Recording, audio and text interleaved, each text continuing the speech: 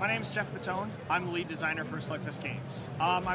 We actually have, I'm trying to count now. We have several games. There's Kung Fu Fighting, which is a card game. It's every martial arts movie you've ever seen crammed into a card game. We have Fishing for Terrorists 2.0. It's a new version. We have, which is Go Fish, but with terrorists. There's On Guard, which is similar to Kung Fu Fighting, except instead of martial arts masters, it's duelists trying to see whose fencing technique is superior. We have Tiki Mountain, which is our first board game so far. It's the volcano god is angry and demands a sacrifice. You're a Tiki Islander.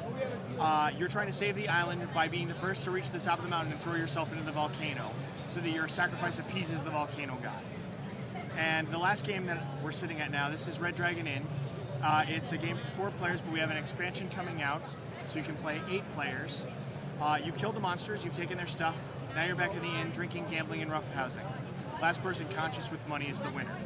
And there's 4 unique characters in the main game and in the expansion. Kung Fu Fighting was our first game. We released that in 2004 at Gen Con. Sorry, all the cons are starting to become a blur.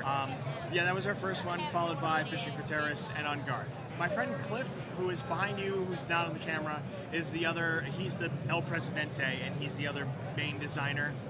We also have our Slug crew, who are our booth people and who help us out with money and advertising and mostly demoing games. We had he had an idea for a Kung Fu game, I had an idea for a Kung Fu Fighting game. We put them together, we made the game, and then of course it's like, let's go to Gen Con. So we decided to incorporate so that we would have a structure to sell the game. Like, I know a lot of people make a game and then try to find other people to distribute it for them or to publish it or whatever. We were fortunate enough to have enough capital to do it ourselves. We've grown as a company. I mean, he actually quit his job. He does this full time, which is crazy, but it's something that we didn't dream of doing a few years ago. We don't have any. He's the only employee, but we do have a lot more people that are coming to help us out at cons and stuff. And so, we've got a lot more people on staff, if you will. We've been lucky enough to be popular enough to have made a good enough game that we can use the money from those games to make more games. I believe currently Red Dragon Inn is the most popular game. We printed 5,000 of them, and they debuted at Origins last year. We've sold 3,500 so far, so that's pretty much our runaway hit so far. I think followed by Kung Fu Fighting, honestly, which is cool because it's nice that a game that's 5 years old now is doing so well. Officially, it was started in 2002, but it took us a couple years of obsessive playtesting to get the products to the point where we could actually show them to other people. We have lots and lots of really, really brilliant artists that we've had the pleasure of working with over the years, and I think the easy part is getting the banners because we just go to one of those online banner places, and I think the banners here were $60 a piece.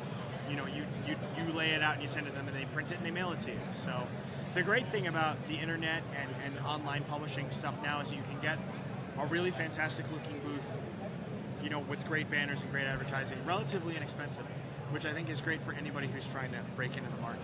Being independently wealthy helps, but I would say it doesn't necessarily, this is just me talking, my friend who's the art director would have a difference of opinion. I think it doesn't necessarily matter initially what your game looks like, so you don't necessarily need to spend a lot of money on art. What you do need to do is make sure it works, make sure you can explain it quickly, make sure it's balanced, and make sure it's fun. And you have to just play test the hell out of it, to make sure that it works and it's cool and all the surprises are worked out of it before you show it to anybody else. And I think that's how you make a product that you can sell.